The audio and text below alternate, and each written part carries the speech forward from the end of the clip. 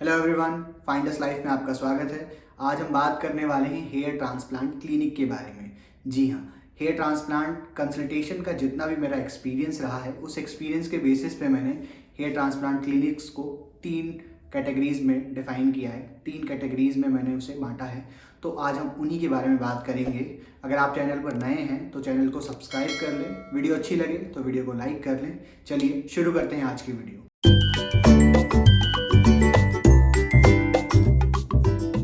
तो आज के वीडियो में हम बात करने वाले हैं हेयर ट्रांसप्लांट क्लिनिक के टाइप्स के बारे में।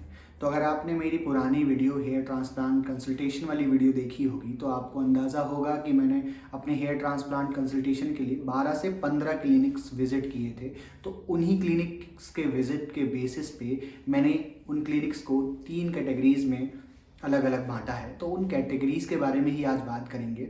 तो अगर आपने मेरी हेयर ट्रांसप्लांट कंसल्टेशन वाली वीडियो अभी तक नहीं देखी है तो एक बार वो वीडियो चेकआउट कर लें, क्योंकि अगर आप हेयर ट्रांसप्लांट प्लान कर रहे हैं तो आपके लिए वो बहुत हेल्पफुल हो सकती है। और उसके बाद इस वीडियो को देखें ताकि आप उससे रिलेट कर पाएँ। तो चलिए शुरू करते हैं आज की वीडियो का टॉपिक। तो मैंने 3 पार्ट्स में से 3 कैटेगरीज़ में हेयर ट्रांसप्लांट क्लिनिक्स को डिवाइड किया है। पहली कैटेगरी है मेरी लिस्ट में, उसे मैं कहता हूँ टेक्नीशियन बेस्ड क्लिनिक। तो ये टेक्नीशियन बेस्ड क्लिनिक क्या होते हैं, चलिए इनके बारे में थोड़ा सा डिटेल में जानते हैं। तो बेसिकली होता क्या है कि हेयर ट्रांसप्लांट क्लिनिक्स में हेयर ट्रांसप्लांट क्लिनिक्स जो हैं या फिर कोई भी क्लिनिक बिना टेक्नीशियन टीम के रन नहीं करता है। तो जो टेक्नीशियंस होते हैं उन्हें भी डॉक्टर की इतनी नॉलेज तो नहीं होती है, बट हाँ उनकी प्रैक्टिस अच्छी होती है, क्योंकि उन्होंने किताबें नहीं पढ़ी होती हैं उतनी, या उतना उन्होंने कोई ऑफिशियल कोर्स नहीं किया होता है, कोई डिग्री नहीं ली होती है, बट स्टिल उनके पास स्किल होती है, काम करने का तरीका उन्हें पता होता है। तो हर क्लिनिक में टेक्नीशियंस होते हैं। तो इसी तरह से हेयर ट्रांसप्लांट क्लिनिक्स में भी टेक्नीशियंस होते हैं जो डॉक्टर को हेल्प करते हैं ट्रांसप्लांट के वक्त। तो वो जब काम करते हैं तो वो देखते रहते हैं, चीज़ों को सीखते रहते हैं, उन्हें भी नॉलेज हो जाती है, वो भी सीख जाते हैं चीज़ों को कि ट्रांसप्लांट कैसे होता है, प्रोसीजर कैसे होता है, प्रोसीजर में क्या क्या चीज़ें होती हैं, वो सारी चीज़ें वो सीख जाते हैं। तो फिर होता क्या है कि जब इस तरह से स्किल आप सीख लेते हैं तो डेफिनेटली आप उस स्किल का इस्तेमाल करना चाहते हैं, उस स्किल से आप अपना कुछ बेनिफिट लेना चाहते हैं। तो फिर होता ये है कि वो जो टेक्नीशियंस होते हैं वो अपना अलग से क्लिनिक ओपन कर लेते हैं, या फिर किसी क्लिनिक में जो क्लिनिक बिजनेस मॉडल पे चल रहा है, जहाँ पे टेक्नीशियंस या डॉक्टर्स को बुला करके ऑपरेशन करवाया जाता है, उस तरह के जो क्लिनिक्स होते हैं वहाँ पर उन टेक्नीशियंस की हेल्प लेकर या उन टेक्नीशियंस को एज अ डॉक्टर रिप्रेजेंट करके उनसे ट्रांसप्लांट करवाया जाता है। तो इस तरह से टेक्नीशियन बेस्ड क्लिनिक्स भी रन कर रहे हैं बहुत सारे। और कुछ जगहों पे ये भी होता है कि कुछ सलून्स भी देखे जाते हैं जो टेक्नीशियंस बेस्ड ही होते हैं। बेसिकली वो होते तो सलून हैं, लेकिन उनके वहाँ भी लाइक हेयर पैच या इस तरह की चीज़ें कर रहे हैं, वो हेयर ट्रांसफॉर्मेशन या हेयर इंडस्ट्री में डील कर रहे हैं। तो वो टेक्नीशियंस को हायर कर लेते हैं, या टेक्नीशियंस को वो जब ज़रूरत होती है, जब उनके पास क्लाइंट आते हैं तो उन्हें बुला करके वो उनसे ट्रांसप्लांट करवा देते हैं। तो इस तरह से भी कुछ क्लिनिक्स रन कर रहे हैं। तो मैंने जब अपना हेयर ट्रांसप्लांट कंसल्टेशन मैंने शुरू किया था तो एक आध जगह मैं ऐसी भी गया जहाँ पे मुझे इस तरह की चीज़ें देखने को मिली। तो मुझे लगा कि एक कैटेगरी इस तरह की क्लिनिक्स की है। जब मैंने और भी कई डॉक्टर्स से भी बात की इसके बारे में तो उन्होंने बताया कि हाँ, इस तरह के क्लिनिक्स भी हैं जो टेक्नीशियंस के बेसिस पे, टेक्नीशियंस की अवेलेबिलिटी पे काम कर रहे हैं। सब टेक्नीशियंस वहाँ होते हैं, जो कि एक तरह से थोड़ा सा रिस्की है इस तरह का काम। तो एक कैटेगरी ये है।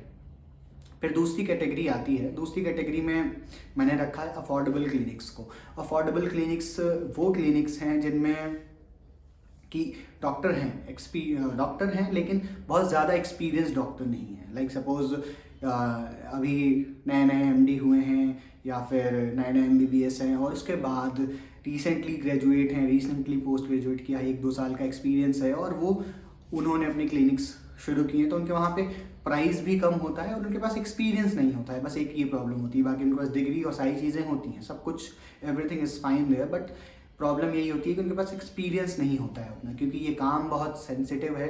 अगर कुछ भी गड़बड़ होती है या फिर आपकी एयरलाइन सही नहीं बनती है, आपकी डेंसिटी ठीक से नहीं दी गई, तो इस तरह की जो चीज़ें हैं, जो बारीकियां हैं, वो उन्होंने अभी उतने अच्छे से नहीं सीखी होती हैं। और दूसरी चीज़ और भी होती है, जो अफोर्डेबल क्लिनिक्स हैं इनमें कुछ और तरह के भी डॉक्टर्स होते हैं, जैसे कि बहुत सारे डॉक्टर्स लाइक सपोज डेंटिस्ट हो गए या फिर ट्राइकोलॉजिस्ट हो गए, इस तरह के जो डॉक्टर्स हैं जिन्होंने डिप्लोमा किया है किसी स्पेसिफिक स्किन केयर में या फिर हेयर ट्रांसप्लांट के रिगार्डिंग किसी स्पेसिफिक कुछ डिप्लोमा कर लिए हैं, उनके पास डिग्री है डॉक्टर की। लाइक सपोज डेंटिस्ट हैं, डेंटिस्ट ने किसी हेयर केयर या फिर किसी कोई हेयर ट्रांसप्लांट में कोई डिप्लोमा है या इस तरह का कोई सर्टिफिकेशन है, वो कर लिया और उसके बाद they have started doing this hair transplant. या फिर किसी डॉक्टर के अंडर कुछ टाइम प्रैक्टिस कर ली, किसी सीनियर डॉक्टर के अंडर, और उसके बाद वो प्रैक्टिस करने लगे। तो उनके वहाँ पे इस तरह के जो क्लिनिक्स हैं, जो डेंटिस्ट या फिर जो ट्राइकोलॉजिस्ट हैं, इनके बेसिस पे जो रन कर रहे हैं, वहाँ पे थोड़ा सा प्राइस कम होता है और वो ठीक भी होते हैं। वहाँ पे भी आप जा सकते हैं अगर आपको लगता है, आपको भरोसा है कि हाँ, आपको कन्विंसिंग लगता है कि हाँ, अगर यहाँ जाता हूँ मैं कोई नुकसान नहीं होने वाला है। 2-3 साल का एक्सपीरियंस है, थोड़ा बहुत काम भी हो चुका है, रिजल्ट्स भी उनके पास हैं दिखाने के लिए, तो आप वहाँ भी जा सकते हैं। इसी अफोर्डेबल क्लिनिक्स में एक कैटेगरी ये भी आती है कि कुछ क्लिनिक्स ऐसे भी हैं जो अभी बडिंग स्टेज में हैं, अभी नया नया शुरू किया है, MBBS हैं, MD हैं, प्रॉपर डॉक्टर हैं, उन्होंने थोड़ा बहुत काम भी कर लिया है और उन्होंने अपना नया क्लिनिक डाला है किसी जगह पे। तो इस तरह के क्लिनिक्स भी हैं। तो मैंने जहाँ से अपना ट्रांसप्लांट कराया था, वो मैं उस क्लिनिक को इसी कैटेगरी में रखता हूँ कि उनके पास अच्छा खासा एक्सपीरियंस भी है। उन्हें लाइक वो काफ़ी टाइम से कर रहे हैं, उनके अलग अलग जगह पे ब्रांचेस भी हैं और काफ़ी सही एक्सपीरियंस था उनका, और उनके प्राइस भी काफ़ी अफोर्डेबल था। तो ये अफोर्डेबल क्लिनिक्स की रेंज में 3-4 अलग अलग वेराइटीज़ हो गई इसमें भी।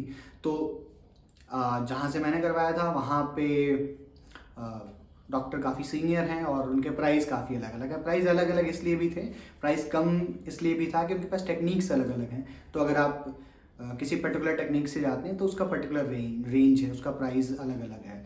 लाइक अगर आप सिंपल टेक्निक से कराते हैं तो उसका प्राइस कम होगा, आप उसमें थोड़ा सा एडवांस जाते हैं तो उसका प्राइस थोड़ा सा बढ़ जाता है। तो इस तरह से उन्होंने कैटेगरीज को अलग अलग बना रखा है, जिसकी वजह से वहाँ पे आपका जो बजट है, आप उसके अकॉर्डिंग अपना हेयर ट्रांसप्लांट चूज़ कर सकते हैं। तो एक कैटेगरी तो एक ये हो गई। और इसके बाद आती है सबसे डिफरेंट कैटेगरी, जिसको मैं बोलता हूँ VIP क्लिनिक्स या फिर फैंसी क्लिनिक्स कह सकते हैं। तो ये क्लिनिक्स वो हैं जिनके ट्रांसप्लांट का रेट जो है वो बहुत हाई फाई होता है, लाइक बहुत एक्सपेंसिव होते हैं। सो इस तरह के क्लिनिक्स पे भी मैंने विज़िट किया था। उनके कंसल्टेशन के चार्जेस ही 2500-3000 रुपये कंसल्टेशन के चार्जेस थे। तो ऐसे क्लिनिक्स पे भी मैंने विज़िट किया और उनका जो कॉस्टिंग अगर आप देखेंगे तो 100 रुपये या 150 रुपये पर ग्राफ्ट के हिसाब से होता है। तो अगर आप सपोज़ मान लीजिए कि 100 रुपये पर ग्राफ्ट के हिसाब से अगर आप लगवा रहे हैं और आपके 2500 ग्राफ्ट लगने वाले हैं, तो 2.5 लाख रुपए के आसपास आपका बजट बन जाएगा। तो इस तरह के भी क्लिनिक्स हैं और बहुत सारे VIP क्लिनिक्स हैं दिल्ली में भी, तो मैंने भी विज़िट किए थे। तो ये लगभग 3 तरह के क्लिनिक्स मैंने फिगर आउट किया कि इस 3 तरह से क्लिनिक्स रन कर रहे हैं, जहाँ पे कुछ टेक्नीशियन बेस्ड हैं। और एक बात और, टेक्नीशियन बेस्ड जो क्लिनिक्स हैं, अभी तक आपने अगर देखा होगा, आपने अगर सुना भी होगा कि हेयर ट्रांसप्लांट के बाद डेथ के केसेस भी आए हैं कि हेयर ट्रांसप्लांट करवाने के बाद जो पेशेंट था उनकी डेथ हो गई कुछ दिनों के बाद में, या फिर कुछ सीवियर इंजरी हो गई। तो इस तरह की चीज़ें मोस्टली नए क्लिनिक्स या फिर जो कम एक्सपीरियंस्ड लोग हैं जो काम कर रहे हैं इस फील्ड में, जो कम एक्सपीरियंस वाले डॉक्टर हैं या फिर जो टेक्नीशियन बेस्ड क्लिनिक्स हैं जो रन कर रहे हैं, वहाँ पे इस तरह की चीज़ें ज़्यादा होने के चांसेस रहते हैं। तो जब भी आप क्लिनिक चूज़ करें तो पहले ठीक से देख लें, समझ लें, एक्सपीरियंस देख लें, उनका काम करने का तरीका देख लें, रिज़ल्ट देख लें, और उनके पास इमरजेंसी केस में क्या क्या उनके पास प्रिकॉशंस लेने के लिए क्या क्या रहता है, क्या क्या अरेंजमेंट्स हैं वहाँ पे।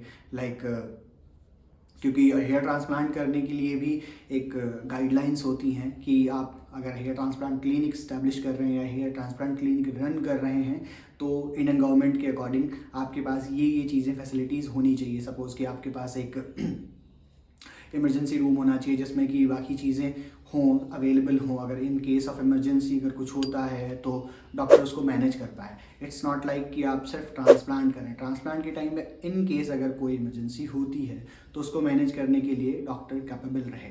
तो इसीलिए टेक्नीशियन बेस्ड क्लिनिक्स में या फिर जो थोड़े बहुत एक्सपीरियंस वाले हैं क्लिनिक्स, वहाँ पे ये रिस्क रहता है कि अगर कोई इमरजेंसी होती है तो अगर उन्हें नहीं पता है, अगर टेक्नीशियन है तो उन्होंने अगर सिर्फ और सिर्फ ट्रांसप्लांट करने का प्रोसीजर सीखा है तो और इमरजेंसी के मामले में क्या करनी है, किस तरह की दवा देनी है या क्या करना है। लाइक सपोज़ अगर जो मेडिसिन दी गई है, इंजेक्शन लगाया गया है स्किन को नम करने के लिए, वहाँ पे अगर वहाँ उस केस में कुछ प्रॉब्लम हो जाती है तो क्या करना होगा, इस तरह की कुछ भी अगर कॉम्प्लिकेशंस होती हैं तो क्या हो सकता है या क्या कैसे मैनेज करेंगे। तो कैजुअलिटी या इमरजेंसी मैनेजमेंट का भी एक पूरा सेटअप होना चाहिए क्लिनिक के पास में। इस तरह की कुछ गाइडलाइंस होती हैं इंडियन गवर्नमेंट की। अगर आप हेयर ट्रांसप्लांट क्लिनिक चला रहे हैं या हेयर ट्रांसप्लांट क्लिनिक है आपका तो ये सारी बातें भी मैंने डॉक्टर्स से बात की हैं। तो अलग अलग डॉक्टर्स के पास गया, अलग अलग क्वेश्चंस किए, तो ये सारी बातें निकल कर सामने आई कि इस तरह की चीज़ें होती हैं। तो आई होप आपको वीडियो अच्छी लगी होगी, आपको वीडियो इन्फॉर्मेटिव लगी होगी। अगर वीडियो अच्छी लगी, इन्फॉर्मेटिव लगी तो चैनल को सब्सक्राइब कर लें। अगर आपका कोई फ्रेंड हेयर ट्रांसप्लांट प्लान कर रहा है तो ये वीडियो उसके साथ शेयर करें ताकि हेयर ट्रांसप्लांट प्लान करने से पहले, कंसल्ट करने से पहले ये सारी चीज़ें उसे पता हों। ये सारी चीज़ें पता होंगी तो डेफिनेटली वो जब भी क्लिनिक्स में जाएगा तो क्वेश्चंस पूछ सकेगा, वहाँ की अवेलेबिलिटी देख पाएगा कि क्या क्या चीज़ें हैं और एक अच्छा, एक बेहतर क्लिनिक अपने लिए चूज़ कर पाएगा। तो चलिए आज की वीडियो में फ़िलहाल इतना ही, मिलते हैं अगली वीडियो में। तब तक के लिए अपना ख्याल रखिए, टेक केयर, बाय बाय।